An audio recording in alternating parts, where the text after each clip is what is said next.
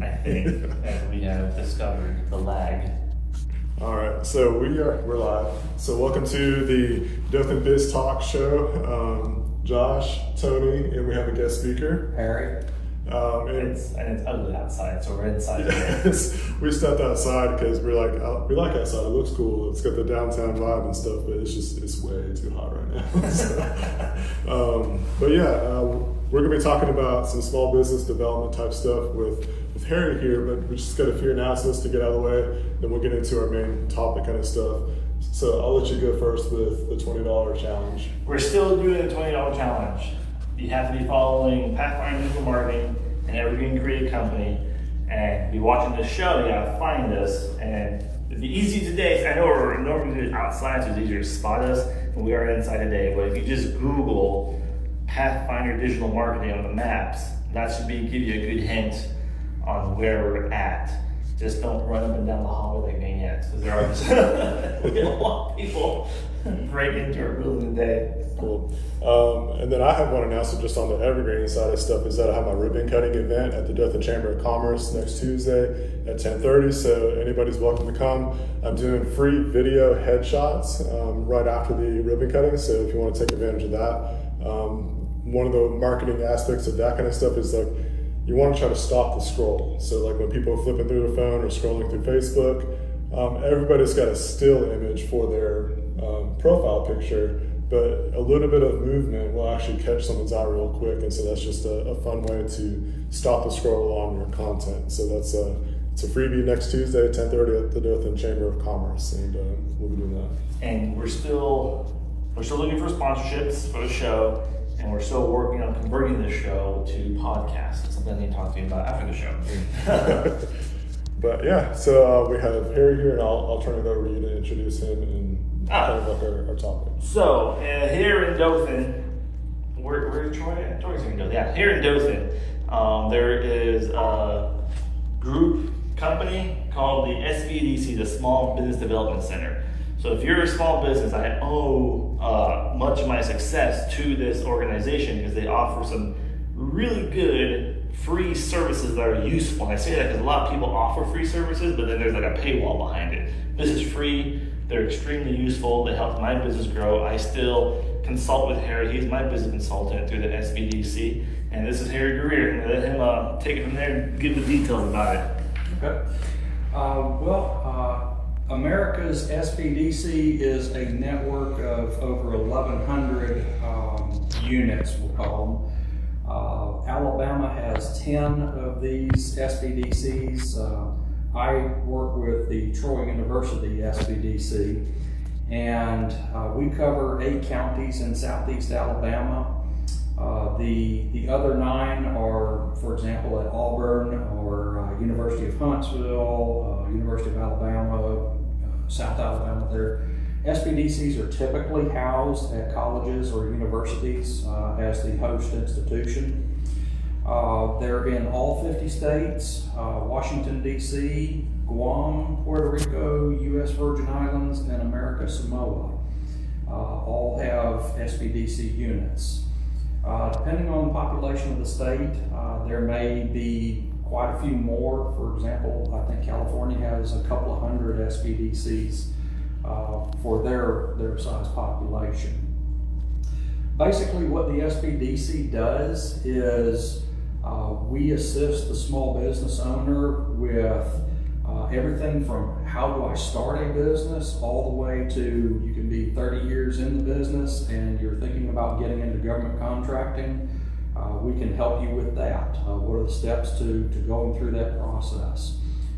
We approach it with a devil's advocate position or a critical eye.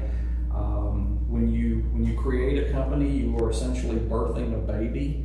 And we are here to tell you that your baby is ugly sometimes. It's hard to hear, but I would much rather tell you that you don't stand a chance. The way you've got your business structured, or your idea, the way you've laid it out, or the way you are going to go about financing it, I'd much rather tell you on the front end before you spend $1 than wait for you to fail 6 months later. We're not here to squash your idea. We're not here to discourage you from getting into business. We're here to give you a dose of reality. That's true. Dose of reality you do give. I'm here to tell you your baby is ugly. Yeah. Tony's baby started out as a redheaded stepchild, but he has worked very hard over the last 2.5 years, and he now has a beautiful baby. So we're proud to have worked with Tony over the last couple of years. So that's kind of the 30,000 foot view. What are some of the requirements so that's to go somewhere, correct? To apply? Not to, you just don't take anybody. Right.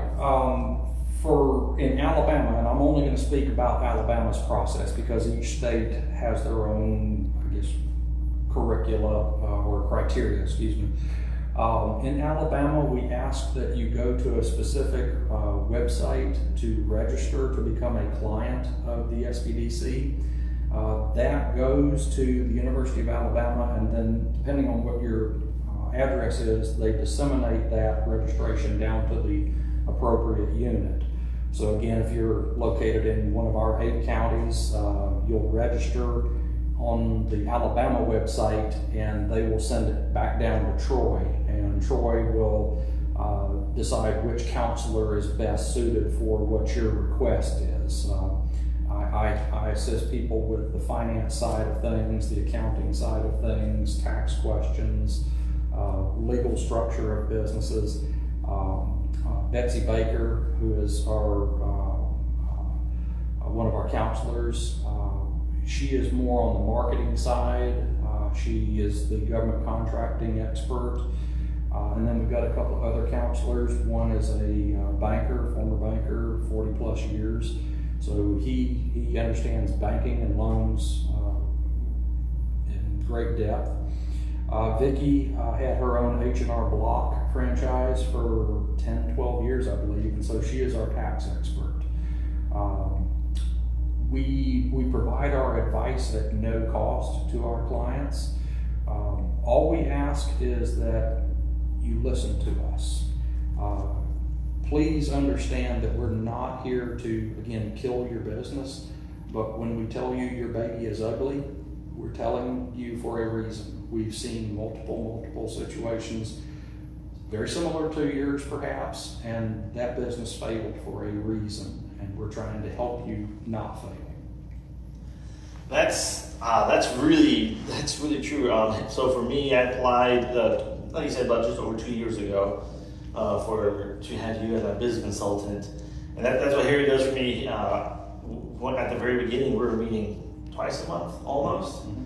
And now we meet. I'm a little spoiled because we're in the same building, so if there's a fire, Harry, he just yelled down the hall. Tony just comes down 4 doors down and knocks on the door. Yeah, I'm a little spoiled, but it's definitely worth it. As you guys have heard him say, these services, they're free. You don't have to go out and pay a business consultant to look at yourself, especially if you're a small business and you don't have a lot of liquid to afford that type of professional service. Mm-hmm.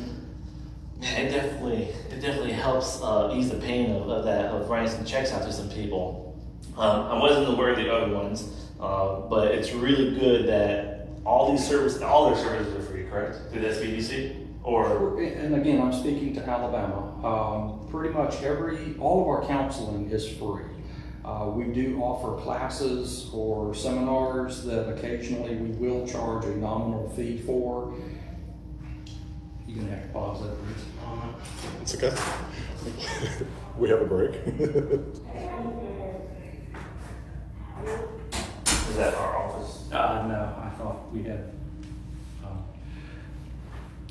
someone coming by. To claim the money? Yeah. No one's claimed it yet. That's a sad thing. I'm going to keep this money in my pocket. I'm sorry, where did I go? That you have some seminars that you have a fee. We do have a nominal fee for, and that's not a money maker for us. We are using those funds to either reimburse the guest speaker or to pay for the location that charged us rent if we can't hold it on one of our own venues. From time to time, we have to rent a venue and we have to pay for that. QuickBooks for Beginners class is one that we charge for. and that's $99. That same QuickBooks class through another entity is close to $600. So you can see, even though you're paying $99, it's a whole lot cheaper than the $600, and it's the same material. Yeah, I can honestly, man, I wasn't that bad when I first met you. I was literally just starting. I really messed up when I went to CAM, and I was trying to get investors, I think, and CAM was like, "What the heck are you doing?" I think in the beginning, Tony, you were very, very eager to get going. And I think one of the most important pieces of advice that I gave you was keep your day job for a period of time, prove the concept, prove that you can attract clients, and they pay you for a period of time. We see it all the time. Folks, they've got this great idea and they're just ready to go. I'm going to tell my boss, take this job and shove it. And we strongly encourage people to keep their day jobs, keep that household budget stable, prove the concept of whatever idea you have, and don't just prove it one time, prove it over a period of time. Yeah, it was about a good year before he let me quit my job. Not that long. It was? Just about? No, it was March to December. 9 months. Okay, well, it felt like a year. It felt like a year. Golly, working nights and working on my day off. No, yeah, but it's worth it. I'm surprised how many businesses don't. Did you know about this service? I didn't know. Yeah, how many small businesses are out there struggling, and it's nothing against paying someone to do it. It is what it is, and a professional they can pay. I mean, you don't have to hire me to do digital marketing. It is what it is, but as a small business, when you're starting out, you just need that professional help. Because I know what I'm doing in my company when it comes to Google Ads. When it comes to running a company, that side of stuff, I have no idea what I'm doing. I have no idea what I'm doing to run a company. And with some of your free services out there, it's definitely worth asking and trying to find who it is. And like that's part of like what we're trying to do is just like bring awareness to just the local business owners, so that way like we can have stuff set up for success. Like you say, like, yeah, we're going to tell you that your baby's ugly, but it's not like in an ugly way. It's just saying we want you to succeed, and so this is like the steps to take to do that, to start your foundation on a good level playing field versus because there's some rocky waters, right? Like SBDC has to have so many startups, or you guys like startups? Each year we are given, our state is given a set of goals that we as a state have to achieve. X number of startups that we've assisted, X amount of capital that we've assisted our clients, either investment or loans. We've got a number of jobs. One of the metrics that we're going to be measured on in the future is the number of jobs we helped create, the number of jobs we helped retain. Again, we're trying to get these businesses out of the ground and keep them alive, right, so that they avoid the pitfalls that, because you've never run a business before, you don't know. I have no idea what I'm doing. I call them landmines. We see our clients stepping on landmines, and if we can help you avoid that, then you survive to live another day. That's good. So yeah, we've got goals we've got to meet, and September 30th is our fiscal year end because it matches the federal fiscal year end when our funding starts. And right now we're looking for 2 more startups to meet our goal. Nice. So Bane, what do you startups. I don't know. I'm not ready for my baby to be killed. I'm gonna have to ease into that one. We call him Beauty Challenge. So, that's funny, but yeah. Do you have like a success story that comes to mind that is just a neat story that you work with that you can share? That's one of the rules that we have to play by is we cannot divulge who our clients are. We signed that agreement with our client. What about situationally? Could you? Oops, I'm not a client. Well, that's fine. It's okay for the client to say, hey, I'm a client of SBDC, which you volunteered. I didn't volunteer that on national TV here. Oh, look at us, we're national. It's worldwide, really. So. It is the worldwide Wide Web. Right. Yeah. Exactly. It's Facebook Live. We've had some. It's live. I will say this year, as far as a success story, I'm going to call the whole entire national network a success story, because when COVID hit, every single small business in America was suddenly thrown into a tailspin. Right. We assisted all of our clients with their PPP applications. Oh yeah, Okay. that's huge. We help. assisted all of our clients with the economic injury disaster loan applications. And in the beginning, the rules were changing minute by minute. Right. It was chaos. Mm-hmm. We're in direct contact with the SBA, and the Treasury is feeding them information, SBA is feeding us information, so we could hand it down to our clients. We were getting it, and we were handing it out just as quick as we could. And again, the rules were changing minute by minute, hour by hour. Yeah, that was a mess. Even me being down the hall, you didn't give me the information fast enough. By the time you got to my office, it already changed. Yeah.